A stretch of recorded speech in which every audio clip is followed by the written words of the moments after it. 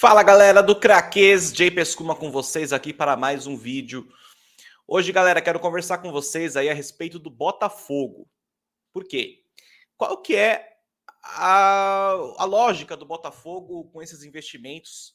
Né? Como é que um clube com 388 milhões de reais de arrecadação em 2023, só em 2024 gasta 390 milhões de reais em contratação? Esse é um vídeo que eu estou fazendo, né, uma discussão aí baseado numa matéria da UOL, né, o crédito vai todo para a UOL aí, que mostra alguns dados e aí que a gente fica olhando e pensa, será que é a melhor estratégia?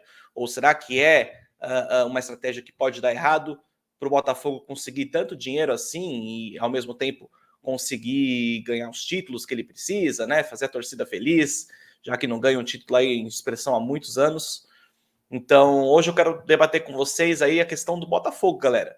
Vamos dar uma olhada nos dados aqui, vamos conversar sobre eles. Tá? Antes da gente começar, se inscreve no meu canal, no Craques, deixa o seu comentário, o seu like, se você concorda ou discorda de mim, só colocar aqui embaixo, tá bom? Vamos lá, galera, dá uma olhada só nisso aqui. Opa, nesse aqui.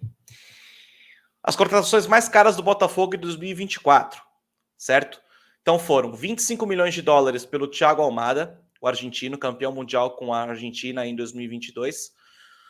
O Luiz Henrique do Betis foram 16 milhões de euros. O Matheus Martins da Udinese, 10 milhões de euros. E o Vitinho, que acabou de chegar agora, lateral direito do Burnley, 8 milhões de euros. Ou seja, 138, 99, 61, 49 milhões, daí mais de 390 milhões de reais. Né? Então o Botafogo, esse ano, ele está investindo forte, né? O John Textor, que é o dono do Botafogo, né? Agora o principal acionista aí, está investindo forte para fazer o time ficar bem competitivo para as próximas temporadas. Mas a qual custo? Já que a gente viu muitos times, por exemplo, o Cruzeiro, né? Investindo muito pesado na década passada e no final passando 3 anos na Série B porque não tinha como honrar com os compromissos, né? Diferente do Palmeiras, por exemplo, que tem desde 2015 a Crefisa, né, como patrocinadora, não como acionista, não como dona do clube, mas pondo dinheiro, né, e o Palmeiras vai vendendo e vai pagando os jogadores que eles compram para o Palmeiras. Mas qual que é o modelo de negócio do Botafogo para ele conseguir fazer o clube estar saudável e competitivo ao mesmo tempo? Bom, vale lembrar que o Botafogo, até recentemente, estava na segunda divisão. Era um time que não tinha receita, praticamente, receitas comparadas com equipes de elite da Série A, que não tinham comparação. O Botafogo ganhava pouco dinheiro com cotas de televisão, com patrocínio, né? Obviamente, por estar na segunda divisão. Só que é um time que ele é relevante no cenário nacional, né? Então ele não é um time em ascensão, né? Ele já é um time que tem uma marca, né? O Botafogo, praticamente todo brasileiro conhece o Botafogo, né? Ele não é o time mais vitorioso, tá longe disso, mas é um time que ele é popular. Então, isso faz com que isso atrai a atenção de investidores que possam, vamos aplicar um modelo de negócio, porque a marca por si só já se vende, Botafogo. Agora, como que a gente vai tirar o clube dessa situação e colocar ele numa situação melhor, né? Então, vale lembrar isso. O time estava na segunda divisão e teve um acionista, o John Textor, né, da SAF, da Sociedade Anônima do Futebol, que comprou o Botafogo, parte dele, e está investindo dinheiro, né? Qual a parte desse dinheiro vai ficar com o Botafogo e para o John Textor, já que ele está investindo, ele também ele não vai pôr dinheiro de graça no clube, né? E não receber mais nada. Por quê? Né? Não tem porquê. Então, qual que é o esquema do Botafogo? Vamos dar uma olhada aqui. Eles precisam gerar receita para eles. Então, por exemplo, a receita de um clube de futebol hoje, ela vem com sócio-torcedor, com bilheteria de estádio, com cotas de televisão. Então, a Rede Globo paga os times para poder televisionar, né, os campeonatos, tudo. E, com isso, quanto mais o clube é vitorioso, quanto mais ele alcança resultados, quanto mais ele está em destaque no cenário nacional ou internacional também, mais a televisão vai pagar, mais torcedores vão ao estádio, mais bilheteria é conseguida, né? Mais sócios torcedores entram e compram parte do clube ou ficam membros do clube. Então, tudo isso vai fazendo com que haja mais aderência do clube nos torcedores, certo? E só tem como conseguir isso sendo vencedor. Então, o time, ele investe em grandes jogadores, em grandes craques da bola, ou enfim, jogadores jovens que tenham possibilidade de retorno financeiro no futuro, para que consigam montar um time competitivo e vá alcançando isso. Tá? Esse é o primeiro ponto da receita do Botafogo. O John Textor, no caso, que é o acionista do Botafogo, o principal acionista, ele não tem só o Botafogo como clube. Ele também é dono de outros 2 clubes, o Molenbeek, da Bélgica, e o Lyon, da França, que a gente vai falar um pouquinho mais para frente. Ele também tem uma parte no Crystal Palace, da Inglaterra, que também, mas é um pouquinho diferente. Ele consegue fazer a transferência desses clubes, de jogadores entre esses clubes, porque ele é o dono. Ou seja, é igual aquele episódio do Chaves, que ele vende o suco para ele mesmo, né? Já que ele é o dono, então ele vende de graça para ele mesmo. Então o John Textor fica brincando disso, né? Tira um jogador do Botafogo, põe no Lyon. Tira um jogador do Lyon, põe para o Botafogo. Enfim, ele consegue fazer essas transferências entre os clubes, né? Já que, por exemplo, o jogador não dá certo no Lyon, então traz ele para o Botafogo, quem sabe aqui dá certo. Com isso, o jogador vai se valorizando, né? Ele tem um mercado, por exemplo, aqui do Brasil e vai para a Europa, ele já é um jogador que tem um mercado europeu só de pisar na França, ali no Lyon da França, ele já tem um mercado. Quando ele volta para o Brasil ou vai para outro clube, ele vai sair mais caro do que se ele tivesse saído do Botafogo, certo? Porque ele já tem um currículo maior. E o John Textor tira do bolso dele, das ações, e coloca dinheiro. Por exemplo, a gente vê ali, né? Aporte de John Textor em 2022 foram 100 milhões de reais, 2023, 102,2 milhões de reais, e 2024, 113,9 milhões de reais. Em 2025, né, tá previsto que ele vai gastar, no mínimo, né, para começar, 50 milhões de reais no clube. Esses jogadores que ele contrata, que são novos e que são bons, eles vão se valorizar. Ele compra o jogador na baixa e vende ele na alta para poder lucrar com ele e assim colocar dinheiro tanto para ele quanto para o clube que ele está gerenciando. No caso aqui, o Botafogo, aqui no Brasil. Então ele consegue fazer 2 coisas ao mesmo tempo, certo? Ele consegue comprar um jogador que é barato e que é bom e que está em baixa, por exemplo, no futebol europeu, ou em algum outro tipo de futebol, ou que está em ascensão. O jogador traz o resultado no campo e ele é vendido mais caro no futuro. No futuro, no caso, a curto prazo.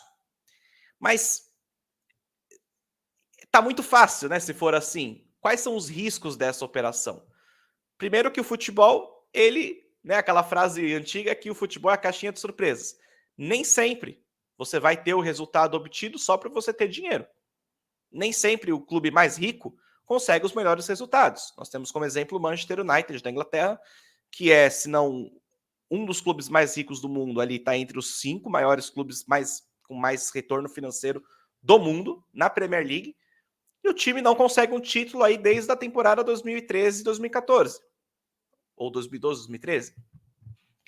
Então, não tem uma lógica por trás do futebol. O futebol, ele é incerto, porém as chances de você lucrar maior com jogadores de maior qualidade, né, são bem melhores do que se você não tiver investimento. Então, fica uma coisa meio incerta, porque o Textor, ele aposta muito em jogadores jovens, só que um time vencedor, a gente tem com experiência aí, vendo vários clubes vencedores, não é formado apenas por jogadores tão jovens e promissores. Ele também precisa de jogadores mais velhos e que são mais experientes. O Botafogo tem alguns jogadores, né, desse tipo, como o Gatito Fernandes, o goleiro, tem o Fernando Marçal, que é o lateral, que joga bem também, com experiência na Europa. Mas é um time que ele é relativamente bem jovem mesmo. Então, ele sabe dos riscos, mas ele arrisca mesmo assim, né? Por exemplo, aqui, a família do Textor, né? A gente estava falando dos times. Tem o Lyon da França, Molenbeek da Bélgica, Botafogo do Brasil, são esses os clubes que eles fazem as transferências entre eles, entre esses clubes.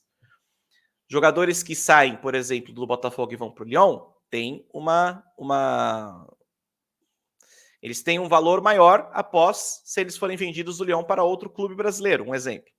Já para o Molenbeek da Bélgica, nem tanto, porque o Molenbeek é um time que hoje está na segunda divisão da Bélgica. Então, tem pouquíssimos jogadores lá que são expressivos para o cenário europeu. Do Botafogo para o Lyon, saíram esses jogadores, Lucas Perry e Adrielson, que inclusive já voltou para o Botafogo agora por empréstimo, e o Jefinho, que também voltou. Então você tem o Botafogo vendendo jogadores para o Lyon, para que 6 meses depois, ou 1 ano depois, eles voltem por empréstimo para o próprio Botafogo. São jogadores que, teoricamente, o Lyon, ele não, realisticamente, o Lyon não contrataria se não fosse pelo próprio John Textor. Então é um movimento meio estranho, né? Parece até um conflito de interesse aí, né? Ou, por exemplo, o jogador, né, o El Arouche, que é um jogador, se eu não me engano, ele é francês, e ele veio para o Lyon, para o Botafogo do Lyon. É um movimento que isso não acontece, é difícil de acontecer, realisticamente, se não tivesse um investidor de ambos os clubes trabalhando nesses dois clubes. Dificilmente isso aconteceria. Então, são movimentos inusitados nessa janela de transferência, né? E transferências do Botafogo para o Molenbeek são esses empréstimos desses 7 jogadores que a gente está vendo aí, que eles não têm relevância para a Europa. Dificilmente eles teriam chance se não fosse pelo John Textor. Então, o modelo do Botafogo pega esses jogadores que não sabe que não serão tão aproveitados nem aqui no Brasil, ou que não estão rendendo, leva para a Europa, joga um pouco lá e depois vende. Então ele não se desfaz do jogador facilmente, por mais que não seja um jogador que está acrescentando muito, né, na equipe no momento. Ele meio que brinca com essas 3 equipes de ficar transferindo o jogador um para outro, emprestando ali, tá? E quando tem a oportunidade do melhor negócio, ele vende e ele fica com uma parte e o clube fica com outra. Ele faz isso muito com o Botafogo. E por que ele não faz isso tanto? Faz um pouco, mas não tanto com o Crystal Palace, que é um clube que é da Premier League, porém o John Textor ele não é o dono em si, né? O Crystal Palace tem mais acionistas que não depende só das ações do John Textor para acontecer essas transferências, né? E que para ele seria ótimo, porque imagina ter um clube da Premier League, né, da Inglaterra, onde tem o futebol mais rico do mundo atualmente, um dos melhores, tendo essa ligação com o Botafogo tão forte, né? Para o Botafogo, com certeza, seria um cenário muito bom. E é isso. Então, a gente tem essas... esse é o estilo de negócio do Botafogo, comprar na baixa, vender quando tiver alto, e se mesmo assim o jogador não estiver rendendo, empresta para um clube da Europa, faz o dinheiro e devolve para o Botafogo uma parte e outra parte fica com o John Textor. É arriscado? É, porque você nem sempre vai ter a garantia do sucesso. Você investe num time que ganha algum título, mas que depois pode ficar algum tempo sem ganhar e você acaba perdendo recursos para poder pagar. Porque futebol é dívida. O clube de futebol, não existe clube que não tenha dívida. O clube de futebol, quando contrata um jogador, passa automaticamente a estar devendo para ele, porque você tem um contrato, por exemplo, de 5 anos com um jogador, em que você tem que pagar salários, além da transferência, para o clube que você comprou ele. Então, você tem muitas dívidas a serem pagas. E se você não faz uma gestão muito boa dessas dívidas, o resultado vai acabar que você acaba não pagando o salário do jogador, o jogador fica insatisfeito, o clube passa a não render também, e você acaba tendo perca de retorno financeiro esportivo por conta disso. Então é um movimento que ele é arriscado, né? Ele é muito arriscado, comprando vários jogadores assim, e se o Botafogo acabar não conseguindo os resultados esportivos, pode acabar voltando a estaca zero, a segunda divisão. Particularmente, eu não acredito que vá acontecer isso. Eu acredito que o Botafogo vai se manter na elite do brasileiro aí por um bom tempo ainda, brigando por título, incomodando os outros times. Mas tem que ficar de olho. Tem que ficar de olho porque a gente já viu por muito menos clubes, né, ficando em situações bem complicadas, vídeo o Cruzeiro, tá bom? Espero que vocês tenham gostado, galera, do vídeo. Se inscrevam no meu canal. Mandem aí para os seus amigos que gostam de futebol, mandem para os amigos botafoguenses. Botafoguenses podem me xingar aqui se vocês acharem, não tem problema, tá bom? E nos vemos então no próximo vídeo. Falou, galera!